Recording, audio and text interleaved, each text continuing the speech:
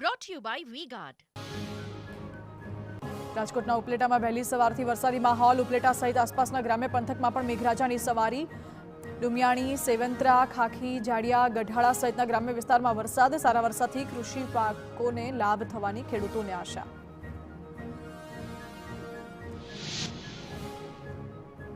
કચ્છમાં સ્ટન્ટ કરવા જતા બે થાર ગાડી દરિયામાં ફસાઈ. મુન્દ્રાના ભદ્રેશ્વર નજીકના રંધબંદર પરના દ્રશ્યો. સ્થાનિકોએ ટ્રેક્ટરની મદદથી ગાડીને બહાર કાઢી. બંને કાર ચાલકો સામે ગુનો નોંધી કારને ડિટેઇન કરાઈ.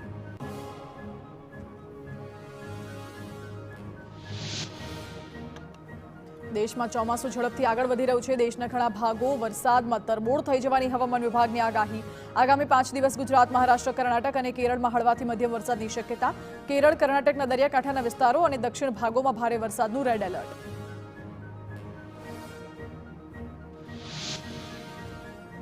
ગુજરાતમાં આગમનના 13 દિવસ બાદ ચોમાસું આગળ વધ્યું. નવસારીથી આગળ વધી નર્મદા, ભરૂચ સુધી પહોંચ્યું ચોમાસું. સૌરાષ્ટ્રમાં અમરેલી અને ભાવનગરમાં પણ ચોમાસું બેઠું. સાથે દક્ષિણ ગુજરાતમાં છોટાઉદેપુર સુધી ચોમાસું પહોંચ્યું. Brought to you by V-Guard.